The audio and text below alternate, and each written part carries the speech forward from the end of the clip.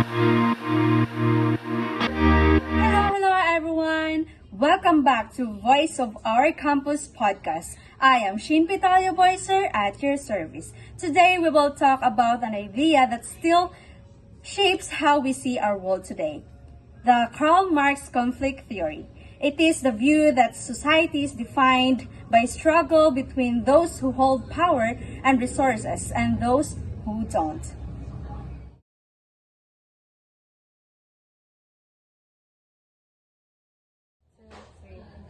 Joining me today are the three selected English students in St. Francis Xavier College, starting with Miss Mildred Abrigo, Genevieve Hagoriles, and Rachel May Musico. Say hi to our viewers, everyone! Hi guys! First things first, guys, how was your week or academic life recently? Ganun. We were able to finish, actually last week was our prelim examination and we were able to answer it. And actually earlier we also did the last examination, which was our Prophet 8. Wow, okay. It was so hard, right? Or it's just a little bit hard lang? It's a little bit hard, but we were able to finish it on time. Okay. Yes. So, Miss Hagoriles, can you speak properly or casually? Just be relaxed. Oh my God. relax. Tayo naman dito. Ay, Tagalog yun. Ano? Kita naman, guys. Kita naman. Sige. So, in this podcast, I invited you guys because of we have a controversial topic, which is we discussed last week in our Prof Ed 7, I think, and it is the conflict theory of Karl Marx. And so I think it is very essential for us. So I will be giving you a 3 consecutive questions, and so on. Each one of you will answer each question. So, are you just fine with it, guys? Yes. Yes, we're we're fine. Okay.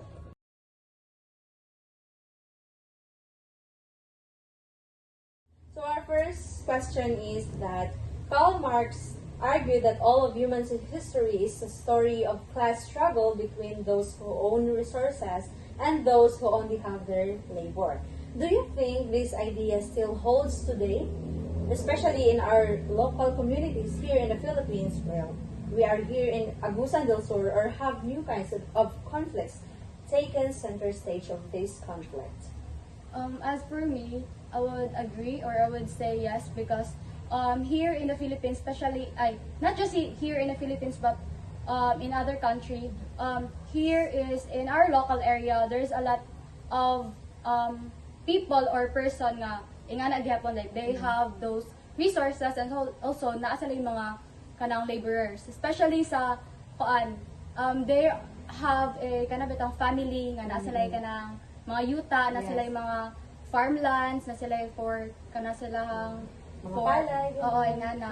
And by that, those people kay they still kind of exist this time kay those laborers kay they kind of bitang naga what you call that, kind of bitang naga kuan po sila ba't ka na ang ilahang mga nakuha na to nga mga ani kay makuan sa kanang owners Oh, yes. babayad gihapon Oo. ganun siya. Like sometimes for laborers is sahay sila kay they are the one who kana bitang most likely yung daghay na kana bitang naghago sa silang work sa ilang sa farming ana. So sometimes there are conflict between the kanang sa owners ug sa laborers. mistreated Yeah. sila.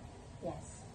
How about you, Miss Musico? For me, yes, I would agree. I would agree with that one. Kay kanang even in my family, we have our own area, sa mining area, and then we have some laborers sa among kuan sa among area. But I would say nga kanang mas naadjust kanang there are some conflict between the kanang like sa tawag ani pagbahin sa money Oo. kay yes, although our laborers were the one who struggles inside our kanang kuan, they were the one to kanang Work mag-alsa, daily or yes, sila ang mag-labor jud.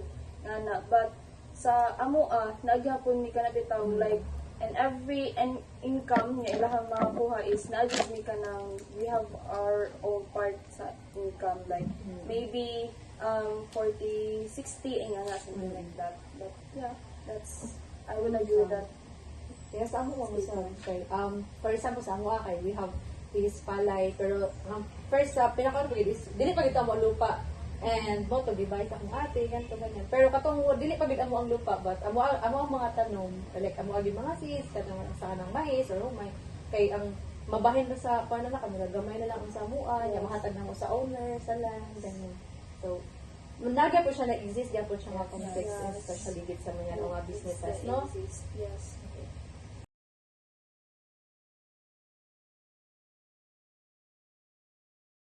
So, thank you. So, our next question is, conflict theory says that society is never truly fair.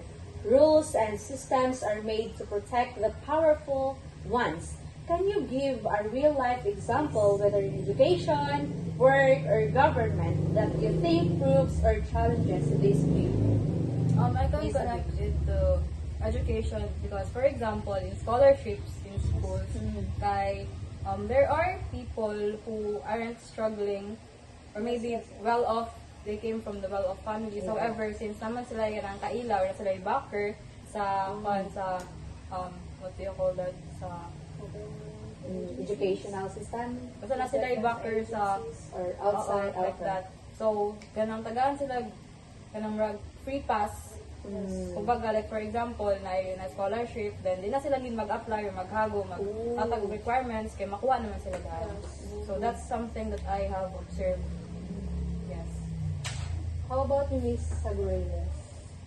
For me is I also agree because there's a lot of nawa ko yung mga like kana bitaw those people na they are kana bitaw they think they are superior to other people na atong mga other people is inferior sila nga na and by that kay pananaw nila sa ubang tao is kana bitaw kanang ay they would treat other people unfairly nga nandayon gan that is when nga nana yung conflict between those people and to itong other na people okay tungod gud sila kana bitaw ilahang pananaw silang kaugalingon nga nga na sila dili mi pantay like nga na mas taas ni sila yung ganun so that also do that Na conflict yun. yeah. How about in this musiko? About Yes, I could example maybe in politics. Oh, okay. Yes, in politics we can really see the kanang sani kana bitaw Problem. problem with that kuan kay there are some politicians na mudagan sila with money and there are some politicians na mudagan with pure intention to help those who is in need, the people in the community. But yeah, there are some times na kanang dili man jud nato mga deny ang fact nga kanang na-adjoy ka na mga tao nga kanang bitaw mugawas jud og money in like for example in election diba mugawas jud na sila jud mga part nga kanang na jud mga tao nga mugawas jud sila og money to buy the votes of the people and we can see nga kanang imbes na katong mga people nga have good intention pure intentions toward the community, toward the people they want to serve kay kanang kanang dili na sila mahatagan og kanang spotlight nga imbes na good na intention but because of the money, because of the kanang power, the kanang basta mga kanang the power of the people of money kay kanang mawala na lang kung ako so kung i-connect ko siya sa question, yes, we have those kinds of scenarios. Yes. in And our especially society. those kanang in the news galing na. Kabati mo tong kanang di ba? Katong tigulang galing nga nangawat o kuan tulong na dayon. yes. What about those politics na nagkurang sa mga kwarta? Wala man lagi sila nakulong, nya kato mga may nga butang or maybe though stealing is a bad thing or action but still kanang murag makain pa ba nga kanang hala gamay ra kinakon pero unsa tong nasa mga kanang nasa system gyud sa government like kanang kwarta-kwarta gyud sa ato ang nation or nga na kay wala pa gihapon na Yes. kanang na solve gihapon na like, it's so chaotic you guys. And sa kuan sa in education, Yes. like in public schools and stereotyping gali nga kanang ay nasa private school kay mga dato. Yes. Bongga ka ganon. But sa public ay mga kuan mo sila mga pobre ganito na ana gani siya. Lagyan mo siya mga kanang dilema gani nga mga kuan nga ang ato mong purpose is mag-educate or mag-eskwela ang mga tao, mga estudyante. Sa mga kuan. I also would like to add in sa work, kaya for example, Ay, ay okay. mga seasoned nga teachers or sige sa education natin butang mga seasoned nga teachers, then ay mga trainees or mga newly employed.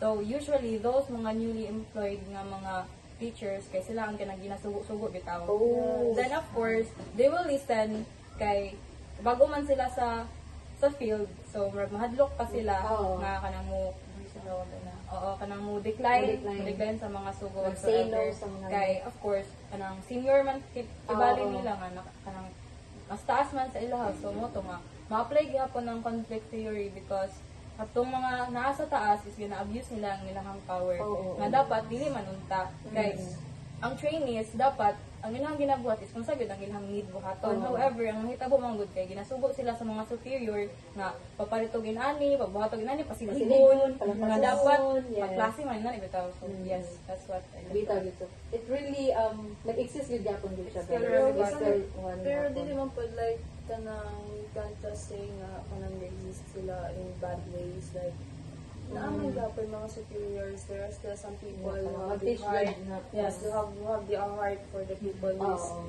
kanang dito ang ganid paghapon na guidance towards na kuan.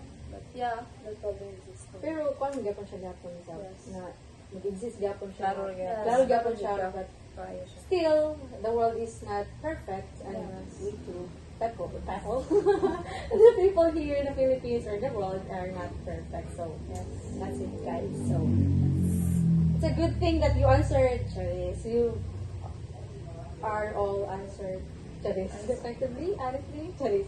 So,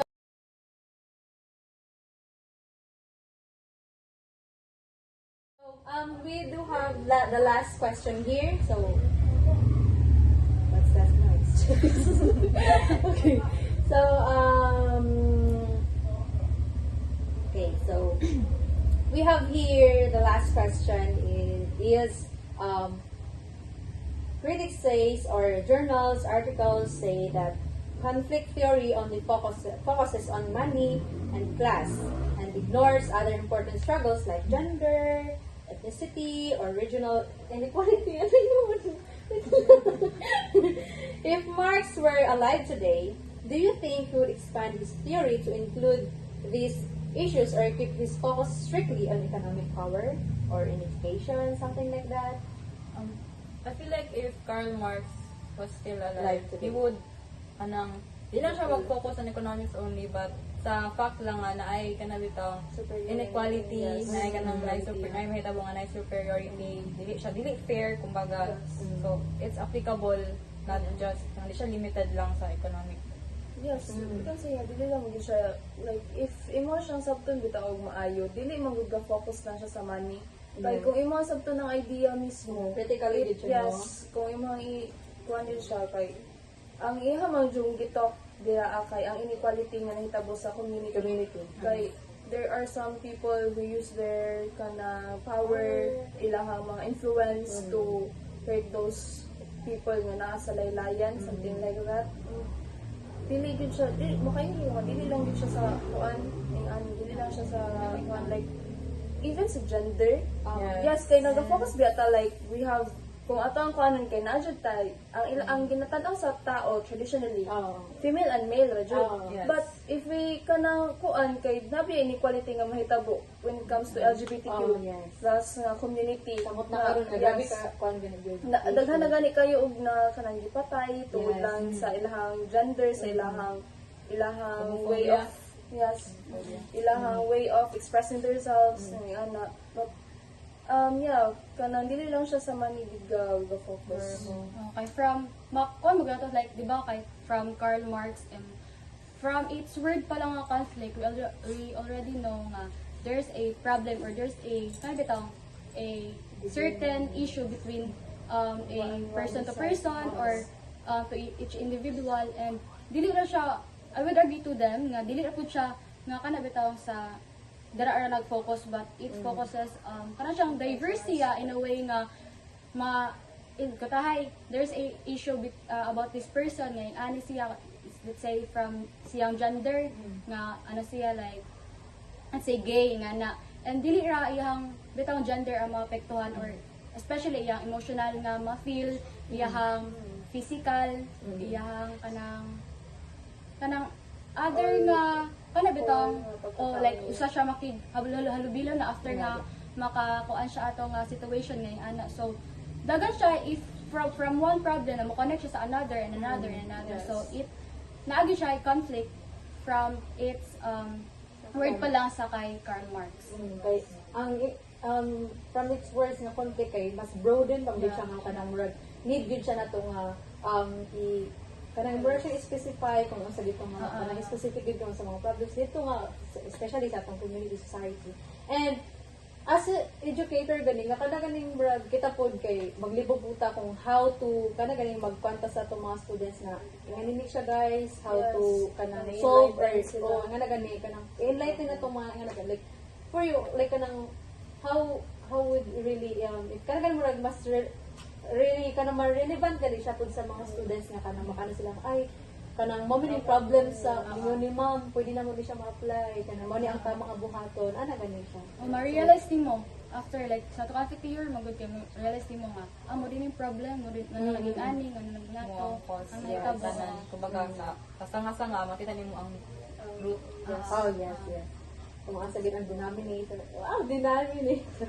So that's it guys for our podcast, and thank you for that's all time that we have for today, and thank you so much for to our 3 selected Bachelor of Secondary Education major in English students in St. Francis Xavier College for your honest and sharp insights or critics about the Karl Marx conflict theory, and you've really made Marx theory relevant to our lives and especially sa kanang atong viewers.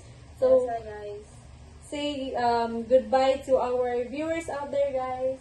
Bye. Thank you for watching. Thank you for inviting us. Yes. So if you have thoughts on this topic, everyone send us a message or share this episode until next time or next meeting. Keep questioning, keep listening, and keep standing together. I am Shane Pitaya Voicer at your service. Bye bye guys! Bye.